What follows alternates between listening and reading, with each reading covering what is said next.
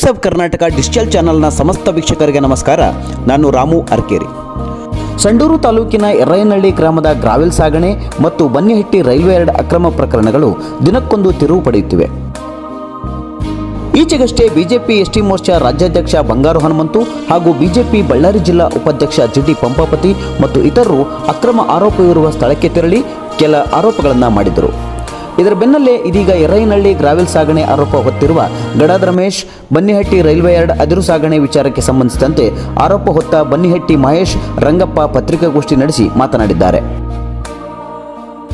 ಸಂಡೂರಿನ ಪ್ರವಾಸಿ ಮಂದಿರದಲ್ಲಿ ಬುಧವಾರ ನಡೆದ ಪತ್ರಿಕಾಗೋಷ್ಠಿಯಲ್ಲಿ ರಮೇಶ್ ಗಡದವರು ಮಾತನಾಡಿ, ಬಂಗಾರು ಹನುಮಂತು ಮತ್ತು ಜಿಟಿ ಪಂಪಾಪತಿ ಎರ್ರಯ್ಯನಹಳ್ಳಿಯಲ್ಲಿ ಅಕ್ರಮ ಗ್ರಾವೆಲ್ ಕುರಿತು ಮಾಡಿರುವ ಆರೋಪಗಳು ಸತ್ಯಕ್ಕೆ ದೂರವಾದದ್ದು ಎಂದರು.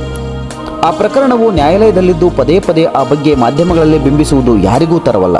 ಜಿಟಿ ಪಂಪಾಪತಿ ಒಬ್ಬ ರೌಡಿ ಶೀಟರ್ ಆಗಿದ್ದು ಅವರ ಮೇಲೆ ಸುಮಾರು 18 ಪ್ರಕರಣಗಳು ದಾಖಲಾಗಿವೆ. ಬನ್ನಿಹಟ್ಟಿ ರೈಲ್ವೆ ಯಾರ್ಡ್ನಲ್ಲಿ ಗಣಿ ಎದುರು ಲೋಡಿಂಗ್ ಗುತ್ತಿಗೆ ಇವರೇ ಮಾಡಿಸಿದ್ದು 1 ಲೋಡಿಗೆ 200 ರಿಂದ 300 ಟನ್ ಅದಿರು ಉಳಿಯಲಿದೆ ಎಂದು ಹೇಳಿದ್ದಾರೆ. 20 ವರ್ಷಗಳ ಅವಧಿಯಲ್ಲಿ ಈ ರೀತಿ ಉಳಿದ ಅದಿರಿನಿಂದ ಎಷ್ಟು ಅಕ್ರಮ ಹಣ ಗಳಿಸಿದ್ದೀರಿ ಎಂದು ಪ್ರಶ್ನಿಸಿದರು. ಒಟ್ಟಾರೆ ಜಿಟಿ ಪಂಪಾಪತಿಯವರ ಮೇಲಿನ ಪ್ರಕರಣಗಳನ್ನು ಪರಿಗಣಿಸಿ ಸಮಾಜದ ಸ್ವಾಸ್ಥ್ಯ ಕಾಪಾಡುವ ಉದ್ದೇಶದಿಂದ ಅವರನ್ನು ಬಂಧಿಸಿ ಗಡೀಪಾರು ಮಾಡಬೇಕೆಂದು ಗಡಾದ ರಮೇಶ್ ಅವರು ಪೊಲೀಸ್ ಇಲಾಖೆಯ ಹಿರಿಯ ಅಧಿಕಾರಿಗಳನ್ನು ಒತ್ತಾಯಿಸಿದ್ದಾರೆ. 7/12/2025 ಬಿಜೆಪಿ ಎಸ್ಟಿ ಮೋರ್ಚಾದ ರಾಜ್ಯಾಧ್ಯಕ್ಷರಾದ ಬಂಗಾರು ಹನುಮಂತರವರು ಮತ್ತು ಜಿಲ್ಲಾ ಉಪಾಧ್ಯಕ್ಷರಾದ ಜಿಟಿ ಪಂಪಾಪತಿ ಅವರು ಸಂಡೂರು ತಾಲೂಕಿನ ಎರ್ರಯ್ಯನಹಳ್ಳಿನ ಸರ್ವೆ ನಂಬರ್ 147ರಲ್ಲಿ ಪತ್ರಿಕಾಗೋಷ್ಠಿ ನಡೆಸಿರುವ ದೃಶ್ಯ ಮಾಧ್ಯಮ ಮತ್ತು ಪತ್ರಿಕಾ ಮಾಧ್ಯಮ ಮುಖಾಂತರ ತಿಳಿದು ಬಂದಿರುತ್ತದೆ. ಇವರಿಬ್ಬರು ಅಕ್ರಮ ಗ್ರಾವೆಲ್ ಕುರಿತು ಮಾಡಿರುವ ಆರೋಪ ಈ ಹಿಂದೆನೆ ಸತ್ಯಕ್ಕೆ ದೂರವಾದಂತ ನಾವು ಹೇಳಿಕೆ ಕೊಟ್ಟಿದ್ದೆವು. ಈ ವಿಚಾರವಾಗಿ ಸಂಡೂರು ನ್ಯಾಯಾಲಯದಲ್ಲಿ ನ್ಯಾಯಾಲಯದಲ್ಲಿ ಇರುತ್ತದೆ. ಆದ ಕಾರಣದಿಂದ ಯಾವುದೇ ಆದಾಗಲಿ ನ್ಯಾಯಾಲಯದಲ್ಲಿರುವಂತಹ ವಿಷಯ ನಮ್ಮ PCR ಕೂಡ DMG ಅವರು PCR ಮಾಡಿದ್ದಾರೆ. ಆ ಕೇಸ್ ನಂಬರ್ 88/2025. ಆದ್ರಿಂದ ನ್ಯಾಯಾಲಯದಲ್ಲಿ ಇರ್ತಕ್ಕಂಥ ವಿಷಯ ಯಾವುದೇ ರೀತಿಯಿಂದ ಪದೇ ಪದೇ ಅವರು ಪ್ರೆಸ್ ಮೀಟ್ ಮಾಡೋದಾಗಲಿ ಪತ್ರಿಕೆ ಹೇಳೋದಾಗಲಿ ನಾವಾಗ್ಲೇ ಅವರು ಅಲ್ಲಿ ಮಾಡಂಗಿಲ್ಲ. ಮಾಡಿದ್ದೆ ಆದರೆ ಅದು ಮುಂದಿನ ದಿನಗಳಲ್ಲಿ ನಾವು ಈ ಮೂಲಕ ಎಚ್ಚರಿಕೆ ಕೊಡೋದೇನೆಂದ್ರೆ ಕಾನೂನು ಹೋರಾಟ ಮಾಡಬೇಕಾಗುತ್ತೆ. ಆದ್ರಿಂದ ನಿಮ್ಮ ಮುಖಾಂತರ ಅವರಿಗೆ ಹೇಳಕ್ಕೆ ಇಷ್ಟಪಡ್ತೇನೆ. ಈ ಹಿಂದೆ ಅಕ್ರಮ ಗಣಿಗಾರಿಕೆ ಮಾಡಿದವರೇ ಆರೋಪಗಳನ್ನು ಮಾಡ್ತಿರೋದು ಒಂದು ರೀತಿಯಿಂದ ಹಾಸ್ಯಾಸ್ಪದ. ಯಾಕಂದ್ರೆ ಜಿಟಿ ಪಂಪಾಪತಿ ಅವರು ಒಬ್ಬ ರೌಡಿ ಶೀಟರ್. ಇವ್ರ ಮೇಲೆ 16 ಮತ್ತು ಮೊನ್ನೆ 2 ಪ್ರಕರಣಗಳು ಕ್ರಿಮಿನಲ್ ಪ್ರಕರಣಗಳು ಮೊಕದ್ದಮೆ ಇರ್ತವೆ. ಆದ್ರಿಂದ ಯಾವ್ಯಾವ ಪ್ರಕರಣಗಳಂದ್ರ ಕಬ್ಬಿಣಾದಿರೋ ಕಳ್ಳತನದ 3 ಪ್ರಕರಣ, ಸರ್ಕಾರಿ ಅಧಿಕಾರಿಗಳ ಮೇಲೆ ಹಲ್ಲೆ ಮಾಡಿದ 3 ಪ್ರಕರಣಗಳು, ಪರಿಶಿಷ್ಟ ಜಾತಿ ಮತ್ತು ತಡೆ ಕಾಯ್ದೆಯಲ್ಲಿ ಪ್ರಕರಣ 1, ಹಾಗೆಯೇ ಜನಪ್ರತಿನಿಧಿ ಕಾಯ್ದೆ ಅಡಿಯಲ್ಲಿ ದಾಖಲಾದ 2 ಪ್ರಕರಣಗಳು, ದೊಂಬಿ ಕೇಸು ಹಾಗೂ ಇನ್ನಿತರೆ ಹಲವಾರು ಕ್ರಿಮಿನಲ್ ಪ್ರಕರಣಗಳು ಈ ಹಿಂದೆನೆ 2004ರಿಂದಲೇ ಇಲ್ಲಿಯವರೆಗೂ ಸುಮಾರು 18 ಪ್ರಕರಣಗಳು ಕ್ರಿಮಿನಲ್ ಪ್ರಕರಣಗಳು ಇವರು ಎದುರಿಸ್ತಾ ಇದ್ದಾರೆ. ಅದಕ್ಕೆ ಕೂಡ ನಾವು ಸುಮ್ಮನೆ ಹೇಳೋದಿಲ್ಲ, ವಿತ್ ಪ್ರೂಫ್ ಎಲ್ಲೆಲ್ಲಿ ಯಾವ ಪ್ಲೇಸಲ್ಲಿ ಯಾವ ಸ್ಟೇಷನ್ನಲ್ಲಿ ಆಗಿದವು ಕೂಡ ನಾವು ದಾಖಲೆಗಳು ಕೊಡ್ತಾ ಇದ್ದೀವಿ.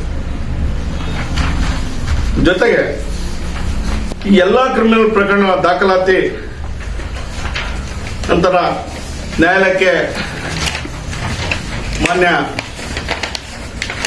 ಅಧಿಕಾರಿಗಳು ಇದಕ್ಕೆ ಈಗ ಕೋರ್ಟಿಗೆ ಸಲ್ಲಿಸಿರ್ತಾರೆ.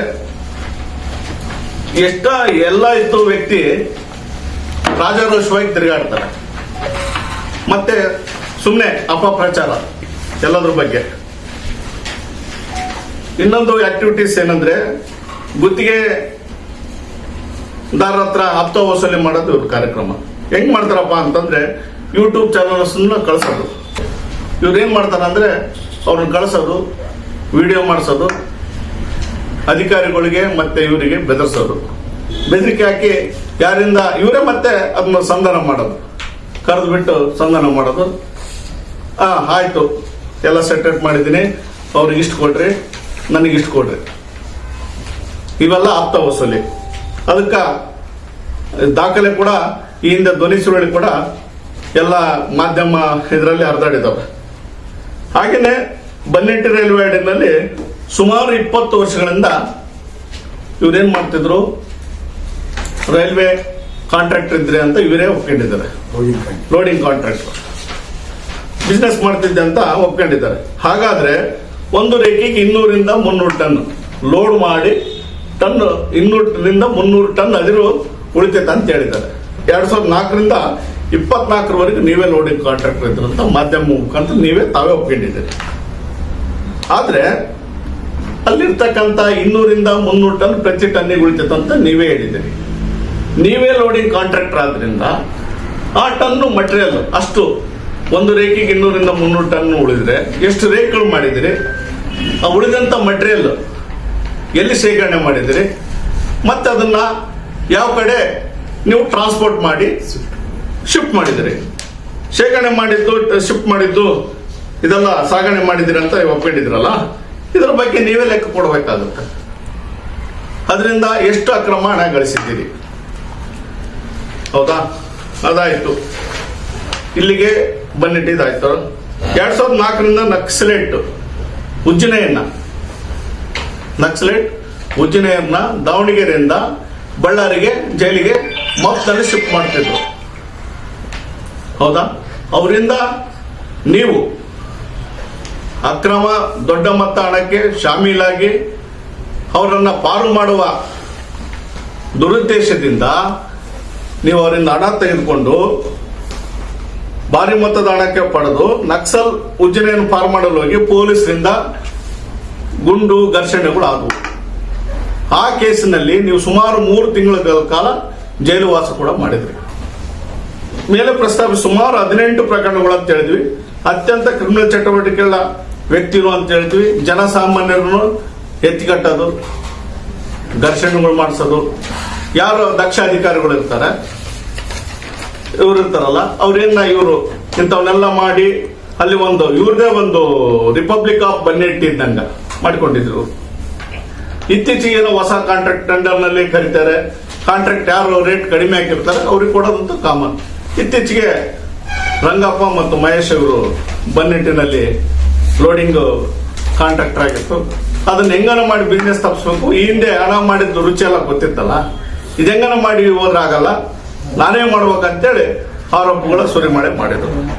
ಅದ್ರ ಜೊತೆಗೆ ಮತ್ತೆ ಯಾರ ನಿಷ್ಠಾವಂತ ಅಧಿಕಾರಿಗಳು ಅಕ್ರಮ ದಂಧೆಗಳಿಗೆ ಸಪೋರ್ಟ್ ಮಾಡಲ್ಲ, ಯಾರೇ ಅಧಿಕಾರಿಗಳು ಇರ್ಬೋದು, ಅವ್ರಿಗೆಲ್ಲ ಏನ್ ಮಾಡ್ತಾರೆ, ಆರೋಪ ಮಾಡೋದು ಅವ್ರ ಮೇಲೆ. ಉಲ್ಟಾ ಇವ್ರದೆಲ್ಲ ತಪ್ಪುಗಳನ್ನು ಮುಚ್ಕೊಳಕ್ಕೆ ಇವರೇ ಉಲ್ಟಾ ಹೊಡೆದ್ಬಿಡೋದು, ಜನಗಳ ದಿಕ್ ತಪ್ಸೋದು, ಇದು ಮಾಡೋದೆಲ್ಲ ಇದು ಮಾಡ್ತಾರೆ. ಆದ್ರಿಂದ ಮಾನ್ಯ IG ಅವರು ಮತ್ತು ಮಾನ್ಯ SP ಅವರು ಇದೆಲ್ಲ ಪರಿಗಣನೆ ತೆಗೆದುಕೊಂಡು ಸೊಂಡೂರಿನ ಸ್ವಾಸ್ಥ್ಯ ಕಾಪಾಡಲು ಈ ರೌಡಿ ಶೀಟರ್ ಆದಂತ GT ಪಂಪಾಪತಿಯವನ್ನ ಅವರನ್ನ ಬಂಧಿಸಬೇಕು ಮತ್ತು ಗಡಿಪಾರು ಮಾಡ್ಬೇಕಂತೇಳಿ ಪತ್ರಿಕಾಗೋಷ್ಠಿ ಮುಖಾಂತರ ಕೇಳ್ಕೊಳ್ತೇನೆ ಮಾನ್ಯ SP ಅವರಿಗೂ ಮತ್ತು IG ಅವರಿಗೂ. ನಮ್ಮ ದೇಶದಲ್ಲಿ ಕಾನೂನು ವ್ಯವಸ್ಥೆ ಇದೆ, ಪ್ರಜಾಪ್ರಭುತ್ವ ವ್ಯವಸ್ಥೆ ಇದೆ. ಪ್ರಜಾಪ್ರಭುತ್ವದಲ್ಲಿ ಕಾನೂನಲ್ಲಿ ಕೋರ್ಟು ಕಚೇರಿ ಮತ್ತೊಂದು ಇದಾವೆ. ಹೋರಾಟ ಮಾಡಲಲ್ಲ, ಸುಮ್ಮನೆ ದೃಶ್ಯ ಮಾಧ್ಯಮ ಆನ್ಲೈನ್ ಇದ್ರ ಮುಖಾಂತರ ಸುಮ್ಮನೆ ಯಾವುದೇ ಪುರಾವೆಗಳಿಲ್ಲದೆ ಆರೋಪ ಮಾಡೋದು ತಪ್ಪು. ಈಗ ನಮ್ದೇ ಒಂದು ತಗೊಳ್ಳಿ, ಕೋರ್ಟಲ್ಲಿರೋ ಮ್ಯಾಟ್ರನ್ನ ಆಗ್ಲಲ್ಲ ಪದೇ ಪದೇ ಮಾಡೋದು ತಪ್ಪಲ್ವಾ? ಆಮೇಲೆ ಹೋಗೋದು ಅಧಿಕಾರಿಗಳಿಗೆ ಬೆದರಿಕೆ ಹಾಕೋದು, ನಿಮ್ಮ ಲೋಕಾಯುಕ್ತಕ್ಕೆ ಬರೆದ್ಬಿಡ್ತೀನಿ, ನಿಮಗೆ ಅಲ್ಲಿ ಇದು ಮಾಡಿಸ್ಬಿಡ್ತೀನಿ ಅಂತೇಳಿ ಬೆದರಿಕೆ ಹಾಕೋದು, ಮತ್ತೆ ಅವ್ರನ್ನ ಇದು ಮಾಡ್ರಿ ಅಂತ ಸುಮ್ಮನೆ ಟಾರ್ಚರ್ ಕೊಡೋದು. ಇವರು ನೋಡಿ ಫೋನಲ್ಲಿ ಮಾತಾಡ್ತಾರೆ, ಆ ಸಾರ್ ಹೇಳಿದಕ್ಕೆ ಇದು ಮಾಡಿದ್ದೀನಿ, ಸಾರ್ ಹೇಳಿದಕ್ಕೆ. ಆ ಸಾರ್ ಯಾರು ಹೇಳಿದ್ದು ನಿಮಗೆ? ಸಾರ್ ಹೇಳಿದ್ರೆ ಯಾರೋ ಸಾರ್ ಹೇಳ್ಯಾರ ಅಂತ ನೀವು ಆಯ್ತಪ್ಪ ನ್ಯಾಯಯುತವಾಗಿ ಹೋರಾಟಗಾರ. ಇದುವರೆಗೂ ನೆಲ ಜಲ ಒಂದಿದ್ರ ಬಗ್ಗೆ ಎಷ್ಟು ಹೋರಾಟಗಳು ಆಗಿದ್ದಾವೆ.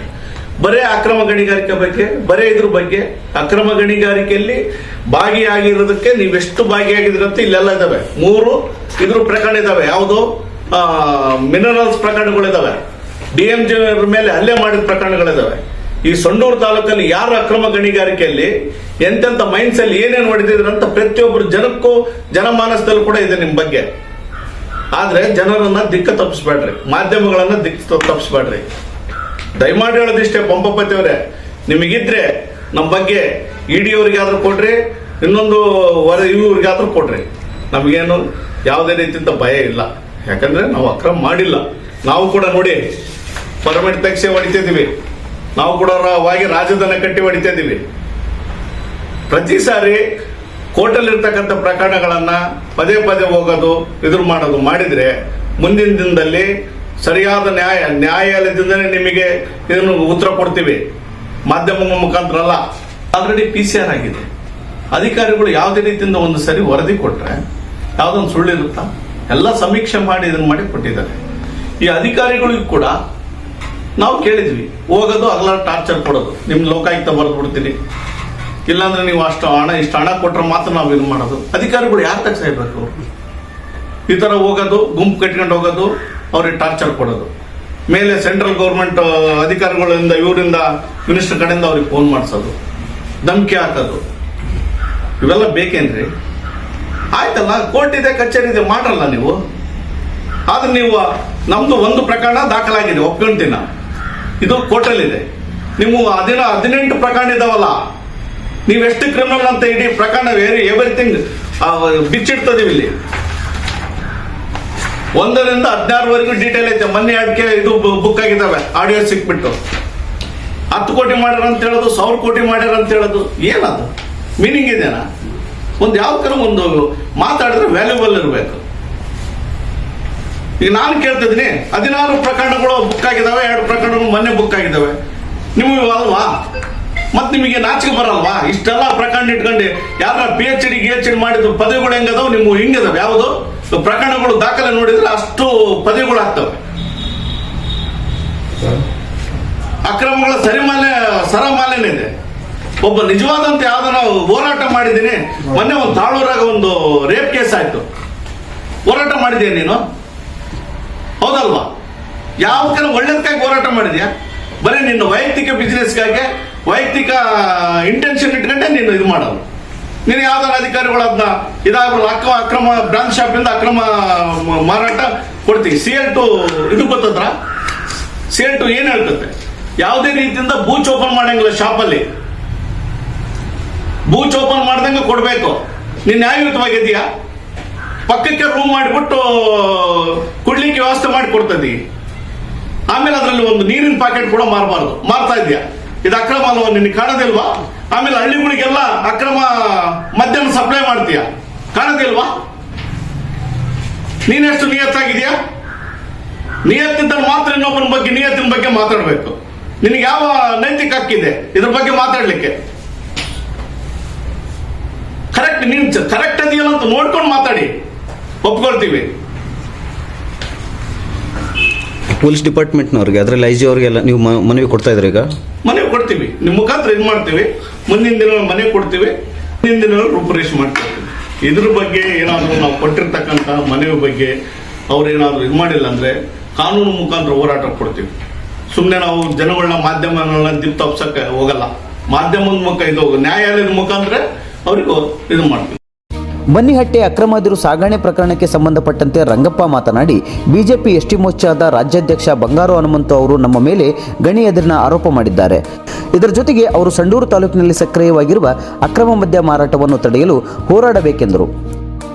ಬನ್ನಿಹಟ್ಟಿ ಮಹೇಶ್ ಮಾತನಾಡಿ, ರೈಲ್ವೆ ಯಾರ್ಡ್ನಲ್ಲಿರುವ ಅದಿರಿನ ಕುರಿತು ಲೋಡಿಂಗ್ ಮಾಡಿದ ನಂತರ ಬಹಳ ವರ್ಷಗಳಿಂದ ಅದಿರು ಹೆಚ್ಚುವರಿಯಾಗಿ ಉಳಿದಿದೆ ಎಂದು ಎಂದಾದರೂ ಇವರು ಅಧಿಕಾರಿಗಳ ಗಮನಕ್ಕೆ ತಂದಿದ್ದರೆ ಎಂದು ಪ್ರಶ್ನಿಸಿದರು. ಈಗಲಾದರೂ ತನಿಖೆಗೆ ದೂರು ನೀಡುವುದು ಬಿಟ್ಟು ಮಾಧ್ಯಮಗಳಲ್ಲಿ ಅಪಪ್ರಚಾರ ಮಾಡುವುದು ಎಷ್ಟು ಸರಿ ಎಂದು ಗರಂ ಆದರು. ರಂಗಪ್ಪ ಅಂತ ಹೇಳಿ ನಮ್ಮ ಹೆಸರು. 1 ವರ್ಷ ಆಯ್ತು ನಾವು ಅಲ್ಲಿ ಅನ್ಲೋಡಿಂಗ್ ಕಾಂಟ್ರಾಕ್ಟರ್. ಇದು ವಿಷಯ ಏನಂದ್ರೆ 2009 ನಮ್ಮದು ರೈಲ್ವೆ ಯಾರ್ಡ್ ಬಂದಾಯಿತು. ಸುಮಾರು 12-13 ವರ್ಷದಿಂದ ಅಲ್ಲಿ ಯಾವುದೇ ಮೂಮೆಂಟ್ ಇರ್ತಿರಲಿಲ್ಲ.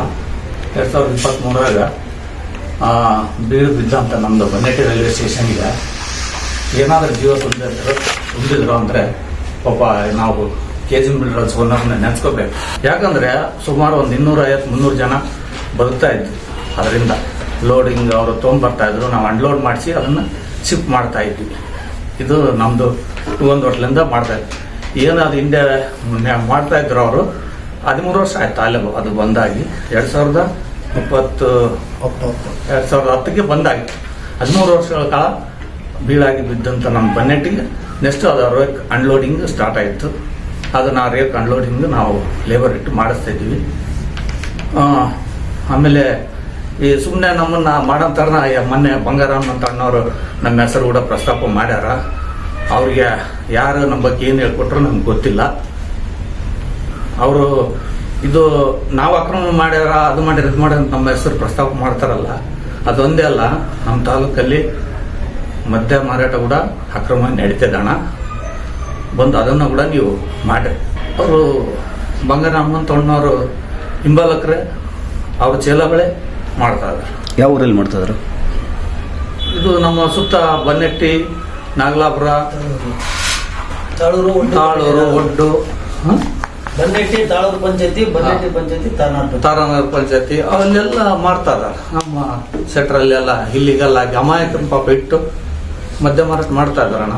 ಅದನ್ನು ಕೂಡ ನೀವು ಹೋರಾಟ ಮಾಡಿರಿ. ಆಮೇಲೆ ಪದೇ ಪದೇ ನಮ್ಮ ಊರಿನ ಹೆಸರು ಹೇಳ್ತಾ ನಮ್ಮ ಮುಂದಿನ ಭವಿಷ್ಯದ ಮಕ್ಕಳಿಗೆ ಎಷ್ಟು ಮೆಸೇಜ್ ಹೋಗುತ್ತೆ. ಅದಕ್ಕಾಗಿ ಇವಾಗ ನಾವು ಕೇಸ್ಗಳಾಗಿದ್ದಾವೆ, ಅದು PCR ಅದೇನು ಅಂತ ತನಿಖೆ ನಡೀತಿದೆ, ಕೋರ್ಟಲ್ಲಿದೆ, ಅದು ವಿಚಾರ ನಡೀತದೆ, ಆಗ್ತದೆ. ಅದೆಲ್ಲ ಬಿಟ್ಟು ಸುಮ್ಮನೆ ಎಲ್ಲರ ಜನ ಕಟ್ಕೊಂಡ್ಬಂದು ಏನಾನ ಮಾಡಿ ಊರ ಹೆಸರು ಹಾಳು ಮಾಡೋದು ಸರಿಯಲ್ಲ ಅಂತ ನಾನು ಹೇಳ್ತೇನೆ. ಈಗ ಲೋ ಕ್ವಾಲಿಟಿ ಗ್ರೇಡ್ ಇರತಕ್ಕಂಥ ಮೆಟೀರಿಯಲ್ ತಗೊಂಡು ಬಂದು ಎರಡಲ್ಲಿರೋ ಹೆಚ್ಚಿನ ಮೆಟೀರಿಯಲ್ ಎಲ್ಲ ಮಿಕ್ಸ್ ಮಾಡಿ ಲೋಡ್ ಮಾಡಿರೋ ಸತ್ಯನ ಸುಳ್ಳ? ನನ್ನ ಹೆಸರು ಮಹೇಶ್ ಅಂತ. ಅಲ್ಲಿ ಹೈ ಕ್ವಾಲಿಟಿ ಮೆಟೀರಿಯಲ್ ಐತೆ ಅಂತ ಯಾರು ಹೇಳಿದ್ರು? ಯಾರ್ದು ಮೆಟೀರಿಯಲ್ಲು? ಯಾರಿಗೆ ಸಂಬಂಧಪಟ್ಟಿರೋದು?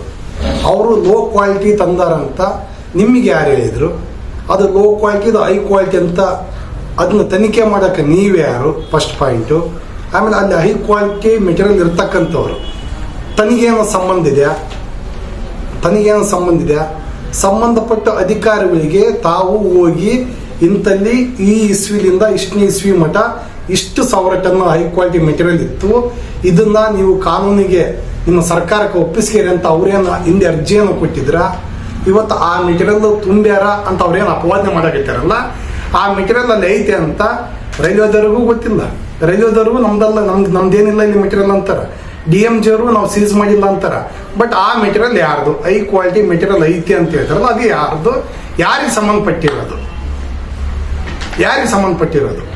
ಇವಾಗ ಆ ಮೆಟೀರಿಯಲ್ ತುಂಬ್ಯಾರ ಅಂತ ವಾದ ಐತೆ. ಓಕೆ, ತುಂಬ್ಯಾರಲ್ಲ, ಡೈರೆಕ್ಟ್ ಆಗಿ ಹೋಗಿ ತಾವು ಖುದ್ದಾಗಿ ಸಂಬಂಧಪಟ್ಟ ಅಧಿಕಾರಿಗಳಿಗೆ, ಸರ್ ಇಂಥ ಇಸ್ವಿಯಾಗ ಇಷ್ಟಕ್ಕೊಂದು ಮೆಟೀರಿಯಲ್ ಇತ್ತು, ಇದು ಗೌರ್ಮೆಂಟ್ ಸ್ವಾಧೀನಪಡಿಸಿರಿ ಅಂತ ಆತ ಹಿಂದೆ ಕೊಡ್ಬೇಕಾಗಿತ್ತು, ಕೊಟ್ಟಿಲ್ಲ. ಇವಾಗಾದ್ರೂ ಸಮೇತ ಡೈರೆಕ್ಟ್ ಆಗಿ ಹೋಗಿ ಸಂಬಂಧಪಟ್ಟ ಅಧಿಕಾರಿಗಳಿಗೆ ಆತ ಕಂಪ್ಲೇಂಟ್ ಕೊಡಬೇಕು.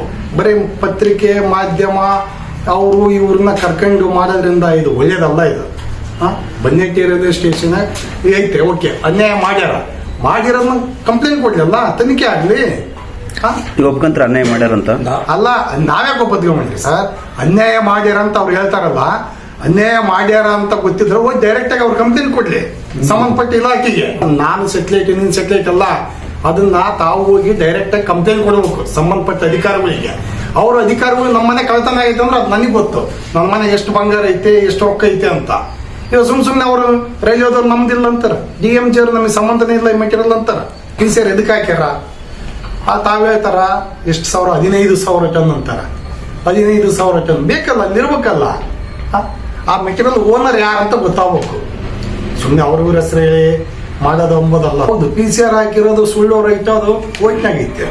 ಕೋರ್ಟ್ ಜಡ್ಜ್ ಅದು ತೀರ್ಮಾನ ಮಾಡ್ತಾರೆ, ಇದು ಸುಳ್ಳು, ಇದು ಸತ್ಯ, ಇದಕ್ಕೇನೈತೆ ಅಂತ ಅವರು ತೀರ್ಮಾನ ಮಾಡ್ತಾರೆ. ರೈಲ್ ಯಾಕೆ ನಿಂತಿತ್ತು ನಿಮ್ಮ ಪ್ರಕಾರ? ಹಂಗಂದ್ರೆ ರೈಲ್ ಯಾಕೆ ನಿಂತಿತ್ತು ಅಂದ್ರೆ ಅವ್ರು ಗೌರ್ಮೆಂಟ್ ಅದು PCR ಹಾಕ್ಯಾರಲ್ಲ, ಆ PCR ಹಾಕಿರೋದ್ರಿಂದ ತಡೆ ಹಿಡಿದಾರೆ ಅವರು. ಇವಾಗ ಅವರು ಆಮೇಲೆ ಇನ್ನೊಂದು ಫಸ್ಟ್ ಪಾಯಿಂಟ್ ಹೇಳ್ತೀನಿ ಕೇಳಿದ್ರಿ, ಪತ್ರಿಕಾ ಮಾಧ್ಯಮದವ್ರೆ, ಅಲ್ಲಿ ಪಾರ್ಟಿ ಅವರು ಬಿಜೆಪಿಯರೇ. ಯಾರು ರೇಕು ಮೆಟೀರಿಯಲ್ ತಗೊಂಡು ಪರ್ಚೇಸ್ ಮಾಡಿ ಬನ್ನೆಟ್ಟಾಗ ರೇಕ್ ಲೋಡಿಂಗ್ ಮಾಡ್ಯಾರ ಬಿಜೆಪಿಯರೇ. ಇವಾಗ ಇಲ್ಲೇ ರೇಕು ಮೆಟೀರಿಯಲ್ ಕಳ್ತನ ಆಗೈತೆ, ಕಳ್ತನ ಮಾಡಾಕತ್ಯಾರ ಅಂತ ಕಂಪ್ಲೇಂಟ್ ಕೊಡೋ ಮಾತಾಡೋರು ಸಮೇತ ಬಿಜೆಪಿಯರೇ, ಅಪವಾದನೆ ಮಾಡೋರು ಸಮೇತ ಬಿಜೆಪಿಯರೇ. ಅದರಲ್ಲಿ ನಮ್ದು ಏನು ಪಾತ್ರ ಇಲ್ಲ. ಬನ್ನೆಟ್ಟಾಗ ಮಹೇಶ್ ಆಗಲಿ ರಂಗಪ್ಪ ಆಗಲಿ ಸುಮ್ಮನೆ ಯಾಕೆ ಇವಾಗ ನಮ್ದು BTV ಬಂದೈತೆ, ನಮ್ದು ಪೋಸ್ಟರ್ ಬಂದೈತೆ, ನಮ್ಮ ಹೆಸರು. ನಮಗೆ 8 ಮಕ್ಳು ಅದಾರ, ಬಂಧು ಬಳಗ ಐತೆ, ಮಕ್ಳು ಎಜುಕೇಶನ್ ಮಾಡ್ತಾರ, ನಾವು ಸಣ್ಣ ಪುಟ್ಟ ಬಿಸ್ನೆಸ್ ಮಾಡ್ತೀವಿ. ಇವ್ರು ಈ ಟೈಪ್ ಮಾಡೋದ್ರಿಂದ ನಮ್ಗೆ ಎಷ್ಟು ಹೊಡೆತ ಬೀಳುತ್ತೆ. ಅವ್ರದ್ದಿತ್ತಲ್ಲಪ್ಪ ಮೆಟೀರಿಯಲ್, ಗೌರ್ಮೆಂಟ್ ಮೆಟೀರಿಯಲ್ ಕಳ್ತನ ಮಾಡಿದ್ರೆ ಗೌರ್ಮೆಂಟ್ ಆಕ್ಷನ್ ತಗೊಂಡ್ಲಿ, ಗೌರ್ಮೆಂಟ್ ಕಂಪ್ಲೇಂಟ್ ಕೊಡ್ಲಿ ಇಂಥ ಕಳ್ತನ ಮಾಡ್ಯಾರ ಅಂತೇಳಿ. ಅದನ್ನು ಬಿಟ್ಟು ಈ ಟೈಪ್ ಸುಮ್ಮನೆ ಮಾಡ್ಕೊಂತ ಹೋದ್ರ ನಾವು ಊರಾಗೆ ನಿರ್ಬೇಕ ಏನೋ ಎತ್ತಾಗ ಹೊಡಿಬೇಕ. ಆಮೇಲೆ ಹೋಗ್ಲಪ್ಪ ಕಾಂಗ್ರೆಸ್ನವರು ಬಿಜೆಪಿ, ಅವರು ಬಿಜೆಪಿ ಇವರು ಬಿಜೆಪಿಯರೇ. ನಮ್ದು ಏನೈತೆ ಪಾತ್ರ? ಬನ್ನೆಟ್ಟ ರಂಗಾಗ್ಲಿ ಮಹೇಶ್ ಆಗಲಿ ಯಾರನ್ನ ಮೆಟೀರಿಯಲ್ ತಂದ್ರ ಅಣ್ಣ ಇದು ಲೋಡ್ ಮಾಡಿಕೊಡೋರ ಲೋಡ್ ಮಾಡಿಕೊಡ್ತೀವಿ, ಇದು ಅನ್ಲೋಡ್ ಮಾಡ್ಸ ಅನ್ಲೋಡ್ ಮಾಡಿಸ್ತೀವಿ. ಅದನ್ನು ಬಿಟ್ಟು ಈ ತರ ಸುಳ್ಳು ಹೇಳ್ಕೊಂಡು ಇರ್ತಕ್ಕಂಥ ಎಲ್ಲರಿಗೆ ಗಲಭೆ ಸ್ಟಾರ್ಟ್ ಮಾಡಿ ಇವಾಗ ನಮ್ಮ ಮನೆಗೆಲ್ಲ ನಾವು ಜನ ಇದ್ದೀವಿ, ಅವರು ಜನ ಇರ್ತಾರೆ, ಒಂದಕ್ಕೊಂದು ಘರ್ಷಣೆ ಆಗ್ತವು, ಗಲಾಟೆ ಆಗ್ತವು, ನಮ್ಮ ಮಕ್ಳು ಭವಿಷ್ಯ ಹಾಳಾಗಿ ಹೋಗುತ್ತೆ. ಆ ಟೈಪ್ ಈ ಟೈಪ್ ಎಲ್ಲ ಮಾಡಬಾರ್ದು. ಅವರಾದ್ರೂ ಸಮೇತ ಅವರಿಗೆ ಧೈರ್ಯ ಇತ್ತು, ಗುಂಡಿಗೆ ಇತ್ತು ಅಂದ್ರೆ ಡೈರೆಕ್ಟ್ ಆಗಿ ಕಂಪ್ಲೇಂಟ್ ಕೊಡ್ಲಿ, ಸರ್ ಇಂತಿಂತವ್ರು ಇಷ್ಟಿಷ್ಟು ಮೆಟೀರಿಯಲ್ ಇಲ್ಲಿತ್ತು ಎತ್ತಾರ. ಕಂಪ್ಲೇಂಟ್ ಕೊಟ್ಟಿರಲ್ಲ CBI ತನಿಖೆ ಆಗಕ್ಕ, ಕಂಪ್ಲೇಂಟ್ ಯಾರು ಕೊಟ್ಟಾರ? ತಾರನಗರದ ಮುಖಂಡರಾದ ತಿಮ್ಮಪ್ಪ ಮಾತನಾಡಿ, ಸಂಸದರಾದ ಈ ತುಕಾರಾಂ ಅವರು ಗ್ರಾವೆಲ್ ಪ್ರಕರಣದಲ್ಲಿ ಶಿಫಾರಸು ಮಾಡಿದವರಲ್ಲ. ಸಂಸದರು ಕ್ಷೇತ್ರದ ಯೋಜನೆಗಳ ಕುರಿತು ಓಡಾಡುತ್ತಾರೆಯೇ ಹೊರತು ಬೇರೆ ಉದ್ದೇಶದಿಂದ ಓಡಾಡುವವರಲ್ಲ. ನಿರಾಧಾರವಾಗಿ ಆರೋಪ ಮಾಡಬೇಡಿ ಎಂದು ಖಂಡಿಸಿದರು. ಬಂಗಾರ ಮಂತವರು ಒಂದು ಸ್ಟೇಟ್ಮೆಂಟ್ ಕೊಡ್ತಾರೆ ನಮ್ಮ MP ತುಕಾರಾಂ ಸರ್ ಬಗ್ಗೆ. ಒಂದು ಇಲ್ಲಿ ವಿಷಯ ಪ್ರಸ್ತಾಪ ಏನಂತ ಆ ಕಡೆಯಿಂದ ಒಂದು GT ಪಂಪತ್ತವರು ಸಾರ್ ಹೇಳಿದ್ರು ಅಂತ. ಇಲ್ಲಿ ಇವರು ಮಾಡಿದ ಕೂಡ ಯಾವುದೇ ರೀತಿ ಆಗಲಿ ನಮ್ಮ ಸಾರ್ ಹೇಳಿದ್ರು, ನಮ್ಗೆ ಕಾಂಟ್ರಾಕ್ಟ್ ಇಸ್ಕೊಟ್ಟಿದ್ರು, ನಮಗೆ ಗ್ರಾವಲ್ ಇಸ್ಕೊಟ್ಟಿದ್ರು ಅಂತೇಳಿ ಇಲ್ಲಿನ ಆಗಿಲ್ಲ. ಹೌದಾ? ಆಮೇಲೆ ತುಕಾರಾಂ ಸರ್ ಯಾರಿಗೂ ಹೇಳೋದಾಯ್ತು. ಹಂಗಿದ್ದ ಮೇಲೆ ಬಂಗಾರ ಅಂತ ಮೊನ್ನೆ ನಮ್ಮ ಸಾರು ಡೆವಲಪ್ಮೆಂಟ್ ಮಾಡಲ್ಲ ಅಂತೇಳಿ ಪ್ರಸ್ತಾಪ ಕೂಡ ಆಗ್ತದೆ. ಡೆವಲಪ್ಮೆಂಟ್ ಮಾಡ್ಬೇಕಂದ್ರೆ ನಮ್ಮ ಸಾರು ಒಬ್ಬ ಆಫೀಸರ್ ಆಗಿ, ನಾಟಿನ MLA MP ಆಗಿ ಒಬ್ಬ ಆಫೀಸರ್ ಆಗಿ ಒಂದು ಬುಕ್ ಪಿಯೋನ್ ಟಾಪ್ ಇಟ್ಕೊಂಡು ಆಫೀಸ್ ಅಲ್ಲಿದ್ದು ಅಲ್ಲಿ ಇಟ್ಕೊಂಡು ನಮ್ಮ ಸೊಂಡ ಡೆವಲಪ್ ಆಗ ಕಾರಣ ಅಂತಂದ್ರೆ ಅವ್ರು ಪೆನ್ನು ಪೇಪರ್ ಇಟ್ಕೊಂಡು ಆಫೀಸ್ ತಿರುಗಿ ಈ ಒಂದು ರೋಡ್ ರಸ್ತೆಗಳು ಆಗ್ಯಾವಂದ್ರೆ ಅದೇ ಕಾರಣ ಇಟ್ಕೊಂಡು ನಮ್ಮ ಸಾರು ಒಂದು ಇವಾಗ ಯಾಕಂದ್ರೆ ಅಖಂಡ ಜಿಲ್ಲೆಗೆ ನಮ್ಮ MP ಸಾರ್ ತುಕಾರಾಂ ಸರ್. ಹಂಗಾದ್ರೆ ಅಖಂಡ ಜಿಲ್ಲೆ ಅಂದಾಗ ಒಂದು ರೈಲ್ವೆ ಇರ್ಬೋದು, ಮತ್ತೊಂದು ಇರ್ಬೋದು, ಅಭಿವೃದ್ಧಿಗೆ ಹೋಗ್ಬೇಕಂತಂದ್ರೆ ಇವಾಗೇನು ಇದೇ ಪ್ರಕರಣ ಬಂದಾಗ ಅವ್ರೇನು ಹುಬ್ಳಿ ಆಫೀಸ್ಗೆ ಹೋಗಿಲ್ಲಪ್ಪ. ಇದಕ್ಕೂ ಮುಂಚೆ ಕೂಡ ಹೋಗಿ ಬಂದಾರ, ವಿಧಾನಸೌಧ ಕೂಡ ಮಾತಾಡ್ರೆ ಬೇರೆ ಬೇರೆ ಆಫೀಸ್ಗಳಿಗೆ ನೀವು ಕಂಡಿರ್ಬೋದು. ಯಾಕಂದ್ರೆ ನೀವು ಆ ಮಾಡಿದಾರಲ್ಲ ನೀವು ಇವತ್ತೇನೋ ರೈಲ್ವೆ ಆಫೀಸಾಗ ಹೋಗ್ಯಾರ, ತುಕಾರಾಂ ಸರ್ ಆಫೀಸರ್ಗಳ ಮೇಲೆ ಈ ಒಂದು ಕೇಸಿನ ಬಗ್ಗೆ ಅವ್ರ ಮೇಲೆಲ್ಲ ಧಮಕಿ ಹಾಕ್ಯಾರ, ಈ ತರ ಮಾತಾಡೋದಂತ ನಿನಗೆ ಆಫೀಸರ್ ಆಗಿದ್ದಾರೆ. ತುಕಾರಾಂ ಸರ್ ಬಂದು ಈ ರೈಲ್ವೆ ಇದ್ರ ಬಗ್ಗೆ ಧಮಕಿ ಹಾಕಿದ್ದಾರೆ, ನಮ್ಗೆ ಟಾರ್ಚರ್ ಕೊಟ್ಟರ ಅಂತ ಹೇಳಿದ್ರ. ಹಿಂಗ ಯಾವುದೇ ಆಗಲಿ ವಿಷಯ ಆಗಲಿ ಕೆಲವೊಂದು ದಿವಸ ದೊಡ್ಡರು ಬಿಡಿ ಹೇಳ್ಯಾರ, ಕಣ್ಣಾರ ಕಂಡುಬಿಟ್ಟು ಪ್ರತ್ಯಕ್ಷ ನೋಡ್ಬೇಕಂತ. ಹಂಗೆ ಈ ವಿಷಯ ಕೂಡ ನೀನು ಯಾವುದೇ ಆಧಾರ ಇಲ್ದಂಗೆ ಯಾಕೆ ನಮ್ಮ ಸರ್ ಮೇಲೆ ಯಾವುದೇ ಒಂದು ರೆಕಾರ್ಡ್ ಇಟ್ಕೊಂಡು ನಾವು ವಾದ ಮಾಡ್ತೀವಿ ಹೇಳ್ತಾ. ನಾವು ರೀಸೆಂಟ್ ಆಗಿ ಅಗ್ರಬೊಮ್ಮೆ ಬಂದು MP ಆದ ಕ್ಷಣನೇ ಒಂದು ಫ್ಲೈಓವರ್ ಭೂಮಿ ಪೂಜೆ ಮಾಡಿದ್ರು. ಅದಕ್ಕೆ ಭೂಮಿ ಪೂಜೆಗೆ ರೈಲ್ವೆ ಡಿಪಾರ್ಟ್ಮೆಂಟ್ ಆಗಂದ್ರೆ ನಮ್ಮ ಹೆಡ್ ಆಫೀಸ್ ನಮ್ಮ ಕರ್ನಾಟಕ ನಮ್ಮ ವಲಯ ಬರೋದು ಹುಬ್ಳಿ. ಹೌದಾ? ಅದಕ್ಕೆ ಸಂಬಂಧಪಟ್ಟ ಕೆಲಸ ಕಾಮಗಾರಿಗಳು ನಾವು ಕೂಡ ನಮ್ಮ ನಿಂದಳಿ ರೋಡಿಗೆ ಫ್ಲೈಓವರ್ ಬೇಕು ಸರ್ ಅಂತ ಹೇಳಿದ್ವಿ. ಫೋನ್ನಾಗ ಇವಾಗ ಹೆಂಗಾಗಿತ್ತು ಅಂತಂದ್ರೆ ಫೋನ್ ಮುಖಾಂತರ ಹೇಳ್ತಾರೆ. ಕೆಲವೊಂದ್ರಲ್ಲಿ ಹೋಗ್ಬೇಕಾದ್ರಾಗ ಖುದ್ದು ಆಫೀಸ್ಗೆ ಹೋಗಿ ಅದನ್ನು ದಾಖಲಾತಿ ಪರಿಶೀಲಿಸಿ ಅತಿ ಬೇಗ ಕೆಲಸಗಳು ಕಾರ್ಯ ಆಗ್ಬೇಕಂದ್ರೆ ಫಾಲೋಅಪ್ ಮಾಡ್ಬೇಕಾಗುತ್ತೆ. ಅವ್ರು ನಮ್ಗೋಸ್ಕರ ಮಾಡಾಕತ್ತಾರ. ಹಗಲು ರಾತ್ರಿ ಅಂತಾನೆ ಆಫೀಸರ್ ಮೊದಲಾಗಿ ಪ್ರತಿಯೊಂದು ಆಫೀಸ್ಗಳು ತಿರುಗಿ ಕೆಲಸ ಮಾಡಿಸೋ ಮೂಲಕ ಸೊಂಡ್ರ ಅಭಿವೃದ್ಧಿ ಕಾಣಕತ್ತೈತೆ. ಪ್ರತಿಯೊಂದು ನೀವು ತಿರುಗಾಡಕತ್ತಾರ, ರಸ್ತೆಗಳಾಗಲ್ಲ ಮತ್ತೊಂದಲ್ಲ. ಇವಾಗ ಒಂದು ಸೆಂಟ್ರಲ್ ಆಗಂತಂದ್ರೆ ಸೆಂಟ್ರಲ್ ಆಫೀಸ್ ಕನೆಕ್ಟ್ ಆಗ್ಬೇಕಂತಂದ್ರೆ ಒಂದು ರೈಲ್ವೆ ಆಫೀಸ್ ಒಂದು ಬ್ರಿಡ್ಜ್ ಆಗಲಿ ದೊಡ್ಡ ಗೇಟ್ ಆಗಲಿ ಹಾಕೊಂಡ್ಬರ್ಬೇಕಂದ್ರೆ ಕೆಲವೊಂದ್ಸಲ ಆಫೀಸ್ಗೆ ಹೋಗಿ ಅದ್ರ ಬಗ್ಗೆ ಚರ್ಚೆ ಮಾಡಿ ಪ್ರಗತಿ ಬಗ್ಗೆ ಮಾತಾಡಕ್ ಹೋಗ್ತಾರೆ. ಹೊತ್ತಾಗಿ ನೀನ್ ಹಿಂಗ್ ಮಾಡಿರ್ಬೇಡ ಹಂಗ್ ಮಾಡ್ರ ಅಂತ ಯಾವತ್ತೂ ಮಾಡೋದಲ್ಲ. ನಿಮ್ ತಗ್ಗಿನ ಆಧಾರ ಇದಾವ, ಯಾವ್ದನ್ನು ಒಬ್ಬ ವ್ಯಕ್ತಿ ಮೇಲೆ ಸಾಬೀತು ಮಾಡ್ಬೇಕಾದ್ರೆ ಒಂದು ಆಧಾರ ಇಟ್ಕೊಂಡು ಸಾಬೀತು ಮಾಡಬೇಕು. ಹಂಗೆ ಏಕಾಏಕಿ ತುಕಾರಾಂ ಅವರು ಹೋಗಿದ್ರು, ಅಲ್ಲಿ ರೈಲ್ವೆ ಆಫೀಸರ್ಗಳೆಲ್ಲ ಇದ್ರ ರೈಲ್ವೆ ಇದಾಗಿ ಬಸ್ರ ದಾಖಲಾತಿ ಇದ್ರ ಬಗ್ಗೆ ಎಲ್ಲ ಧಮಕಿ ಹಾಕಿರ ಅಂತ ಹೆಂಗ್ ಕೊಡ್ತೀವಿ?